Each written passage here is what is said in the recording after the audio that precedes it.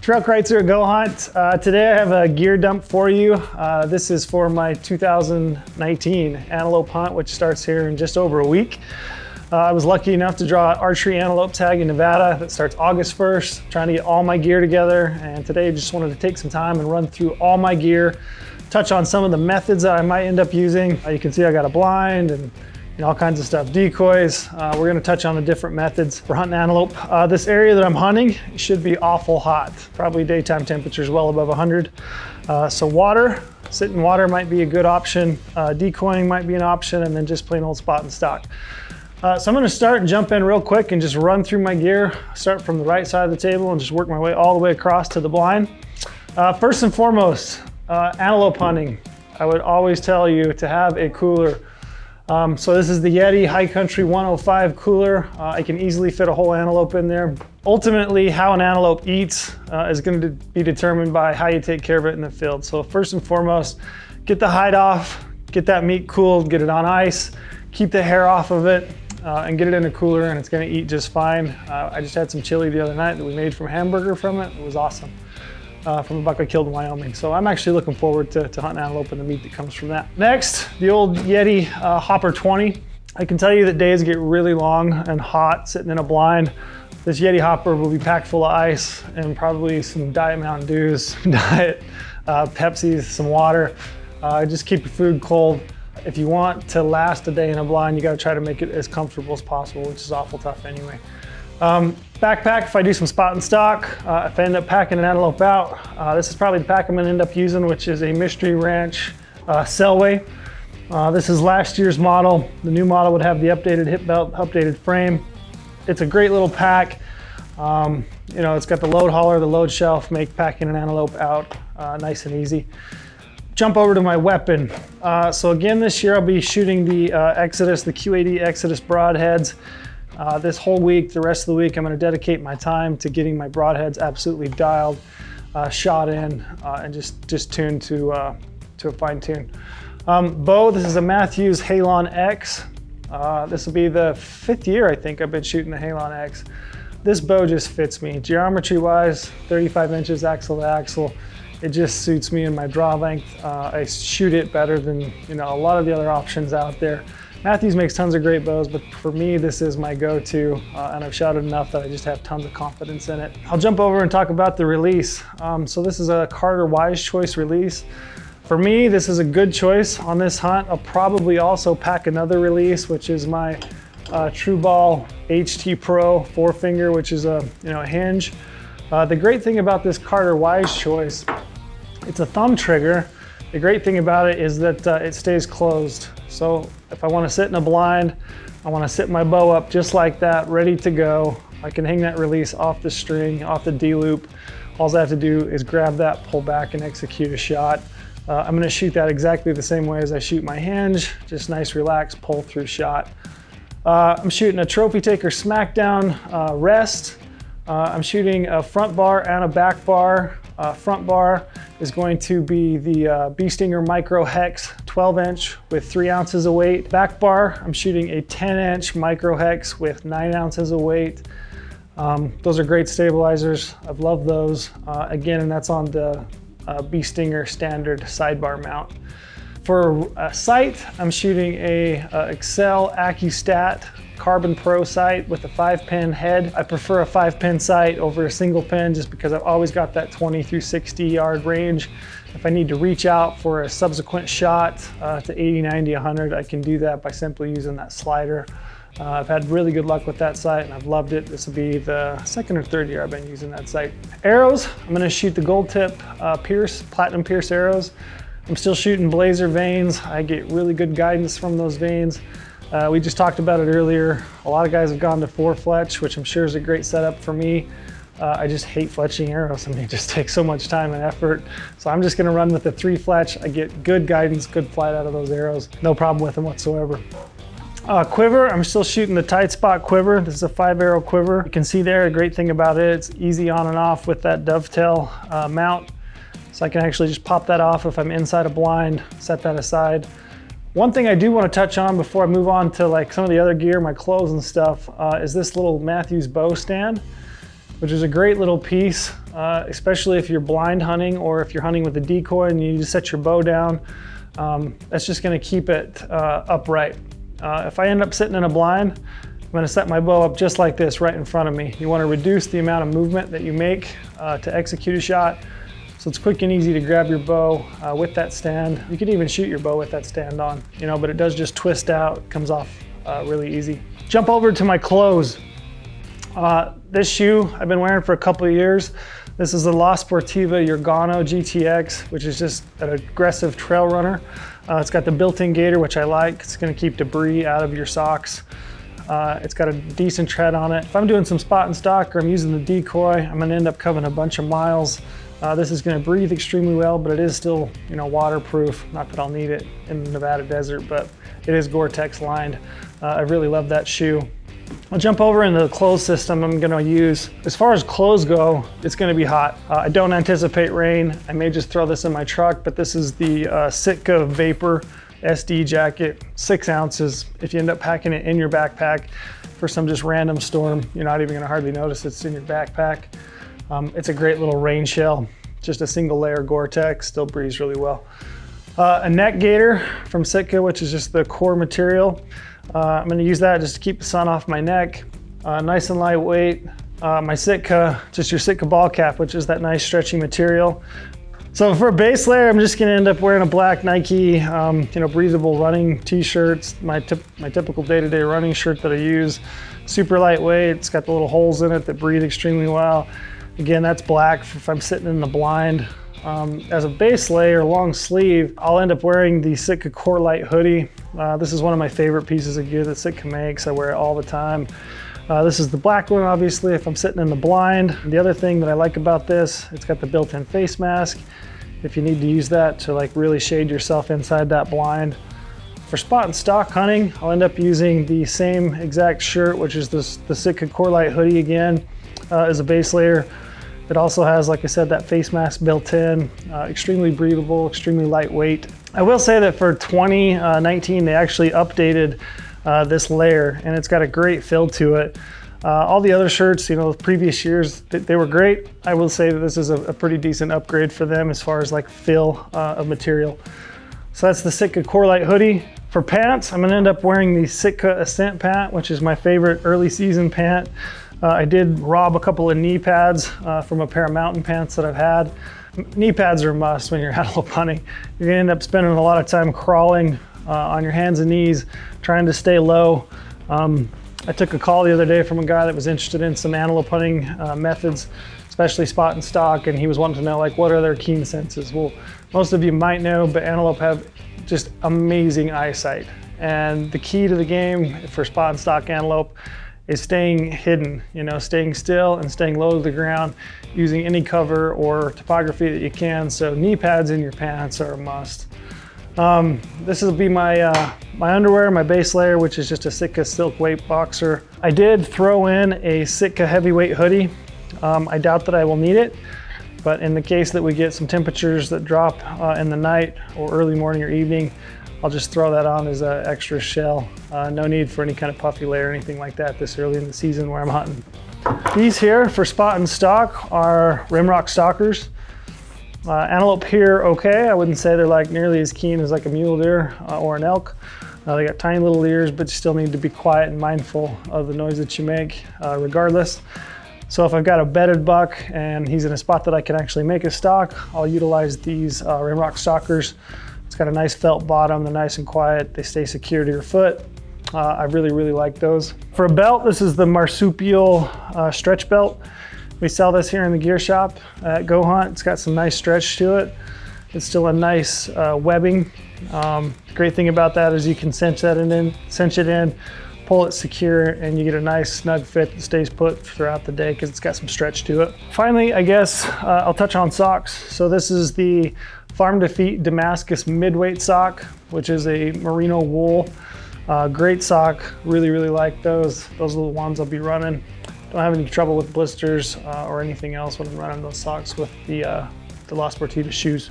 Next, I'm going to jump over and talk about my optics that I'll end up using for this hunt. This right here is a Swarovski ATM angled spotting scope, 20x60 by 65. This is not the HD, this is the old school model.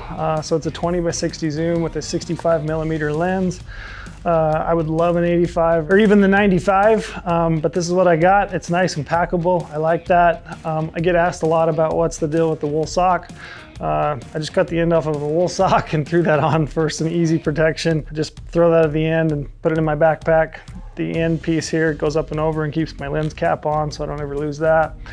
It's just a simple way to keep the thing clean without having to put like a heavy bulky neoprene one on. For binoculars around my neck, I will be using the Leica Noctavid 10x42.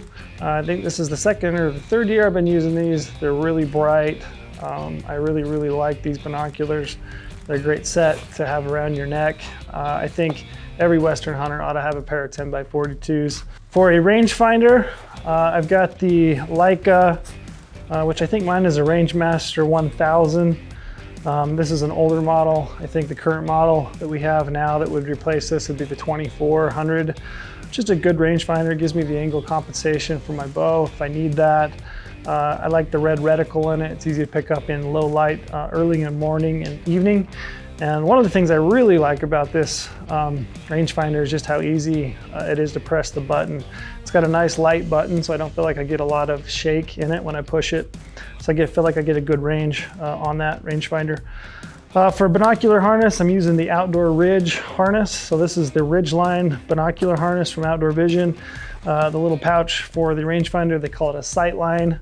Both of those have the built-in magnets. They're going to keep it open when you want it to, and they're also going to keep it shut when you don't. It's got a built-in rainfly, which I like, and it's got a spot here in the front for my tags.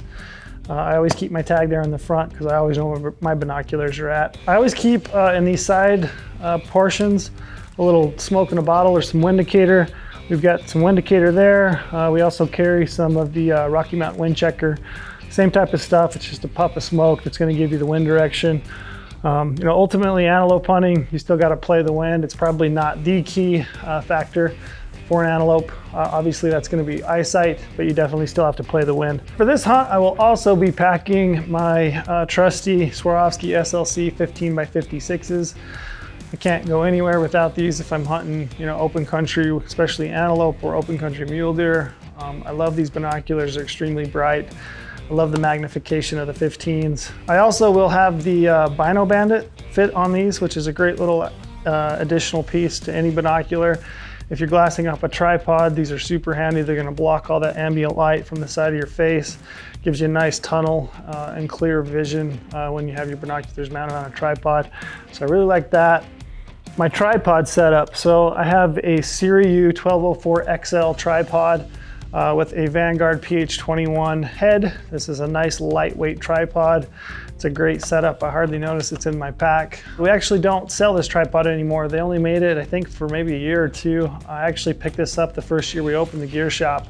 If you're looking for something comparable, you might check out the Slick 624 or the 635.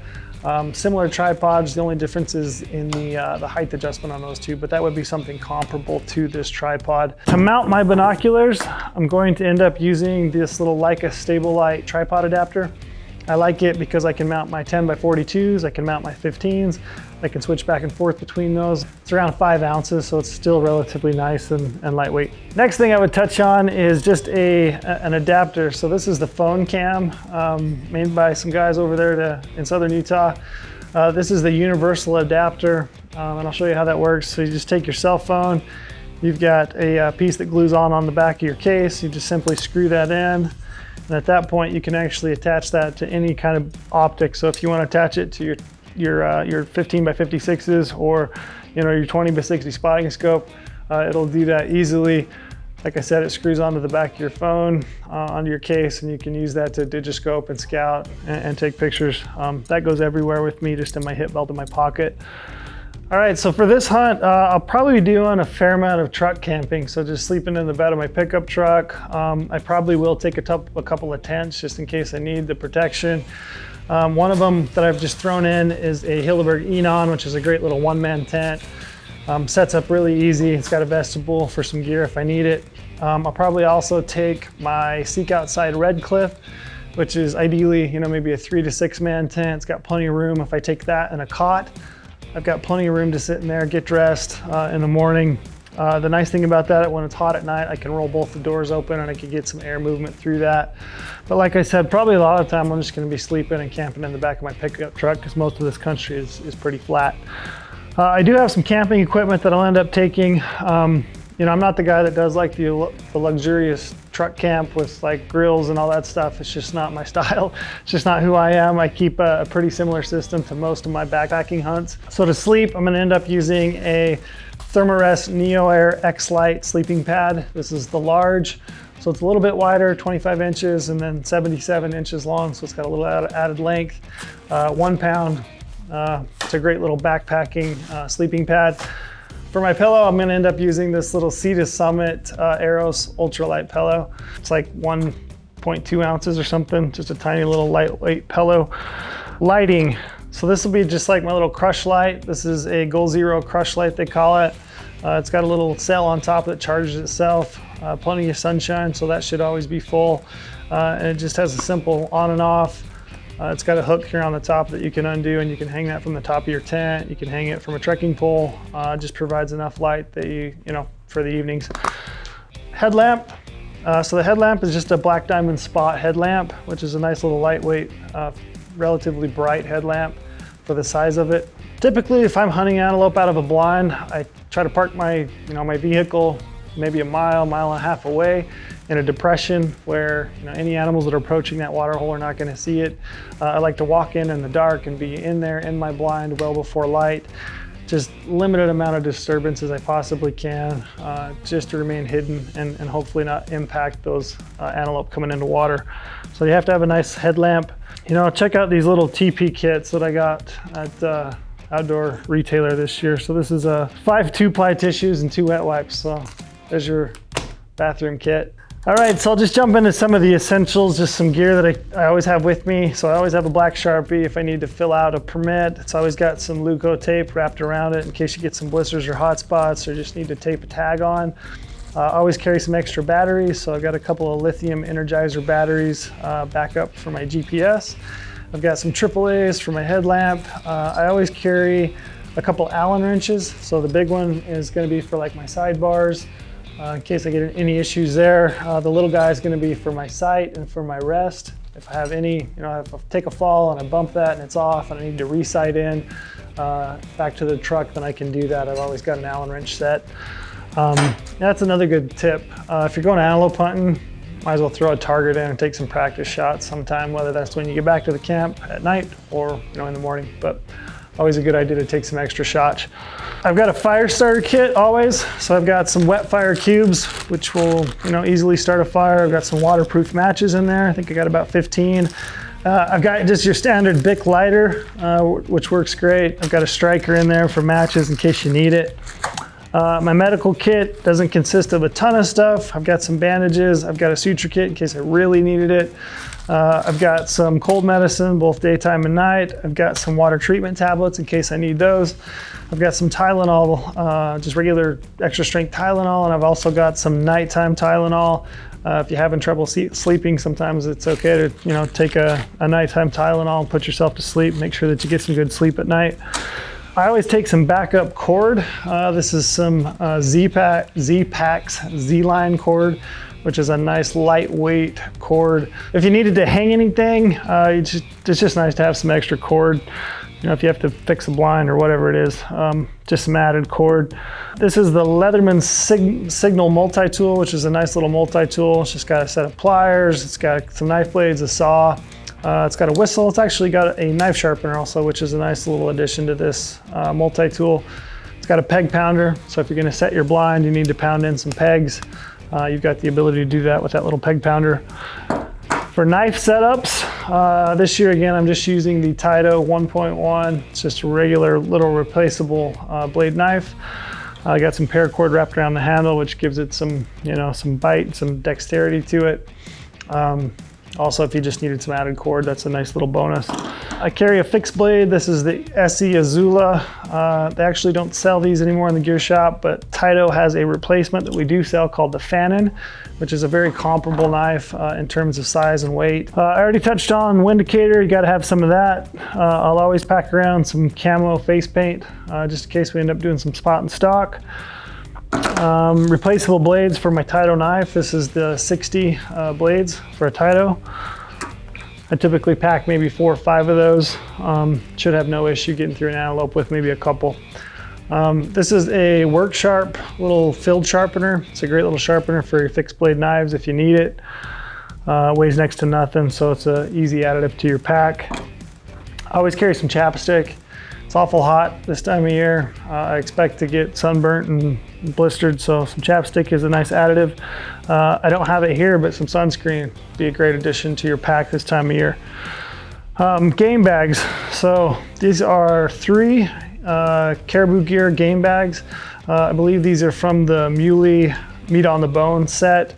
They'll work just fine for an antelope. I can definitely get 2 quarters in each one of those, so 3 should be sufficient for 4 quarters, any loose meat, and have no trouble packing that out.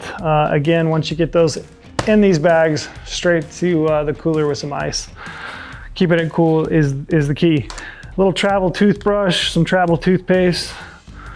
I always carry a Goal Zero Nomad 7 charger. So it's a little sun charger. GPS, which I always have with me. This is a lightweight, tiny little GPS. It's the eTrex 20X. It's a no frills GPS. It will take a chip, so I can put a landowner chip in that if I want to. I just use that for marking things like blinds or water holes or blood trailing. Anytime I need to mark a point, I've got that. I know that I can change the batteries in it if I need to.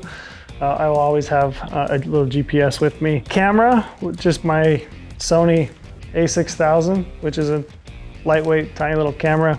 I just have the basic lens that came with the camera when I bought it, which is a 16 by 50. It's a nice little quality camera to get some field photos. For a cook kit, so I typically just run the same type of system, like I said, so I don't get too extravagant with my meals. I'll end up running, peak refuel or Mountain House meals. During the day, I'll probably end up just doing the same types of things that I do for an elk hunt. So that's probably cheese, salami, maybe a sandwich. If I want to throw that on ice, I can do that. I have that luxury where I'm just hunting flat. Whoa, did you guys see that? So I have that luxury where I'm just hunting antelope in flatland. So for my stove at night, I get back to camp, ready for a hot meal, whether that's, like I said, a peak refuel or a Mountain House. I've got this little Evernew titanium cook pot.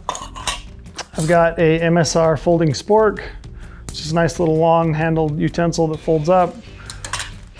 For a stove, I'm still using the Soda Windmaster, which is a nice little lightweight stove. It's just your basic screw-on stove on the top of a fuel canister. Everything fits within this little Evernew pot. That's just a 3.9 ounce ISO Pro MSR fuel canister with the stove. And then all my gear, so all this loose gear that you can kind of see, your medical kit, your knives, your multi-tool, my game bags, any just that loose gear that you need some organization to, I'll end up throwing in this little Mystery Ranch Zoid bag, and this is just the small bag. They also make a large if you need more room for more equipment. If you want to pack food or anything like that, you can do that, but this is a nice little size for just your loose miscellaneous gear in your backpack. For water, I'll end up packing a Platypus Big Zip. This is the 3-liter. Given how hot it is in the area I'll be hunting, like I said, I'll also have that cooler if I'm hunting a blind full of water and probably soda. And I'll also probably end up packing an Nalgene bottle or 2 just because water is going to be a premium when you're out hunting that hot country. All right, this little Z seat. So this is just a foldable foam seat, a little pad. It's great for glassing. It's great for using like as an entryway to your tent. Just pops out, just give you some protection for your feet or your butt. It's a great little lightweight pad that I never leave home without this time of year. And I got a few more items that I needed to talk about. One thing that I actually failed to mention is my sleeping bag, which is a Western Mountaineering Astrolite quilt.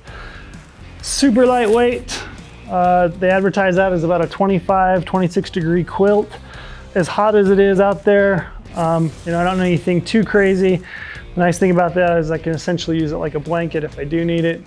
It might get cool at night. I think this will be a nice, lightweight, you know, hopefully not too warm quilt that I can use. I do carry a trekking pole with me at all times. It'll probably just stay in the truck, but if I end up killing a buck and I need to pack the whole thing out, I do have a bad right ankle, so I always carry a trekking pole just in case I need that third point of contact on the ground if I've got a 70 or 80 pound pack. So that's a Black Diamond Alpine carbon cork trekking pole. This is obviously an old version.